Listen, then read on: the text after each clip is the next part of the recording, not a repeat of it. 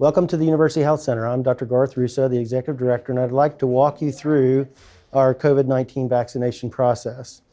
Basically, it's very straightforward. You'll have registered and had an appointment for a vaccine. When you arrive, you'll be queued through a reception area. The reception is intended to screen you for relative risks. If there are any, mostly they would be allergic responses. We would have an individual provider there to consult with you about what the implications of those responses might be. The vast majority of people pass through that screening process fine, and then they are queued back into our administration spaces. This is essentially our allergy travel clinic. It's a clinic designed to give immunizations and desensitization shots for allergies. So it's ideal for this purpose. It does have a nice long hall so we can keep distance, but typically we're having individuals wait in the atrium there, and one-on-one we call them back. We have 3 rooms for administration in this space and can expand out to as many as 10 into an adjacent space. It is possible that were we to have very large supplies of vaccine, we would move our administration to another site that can accommodate more individuals. You'll come to the reception area. The way we are queuing individuals, there's already going to be a room ready for you, and those administration suites are here. Refrigerators and all the storage components necessary to be safe with these vaccines are all located in this space.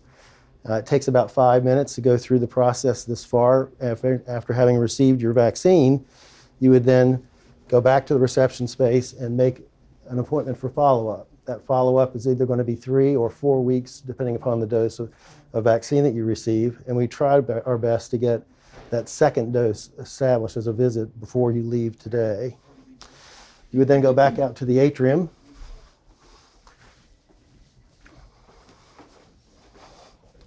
In the atrium, we have several spaces assigned for people that we can observe them. They're just chairs spread apart appropriately.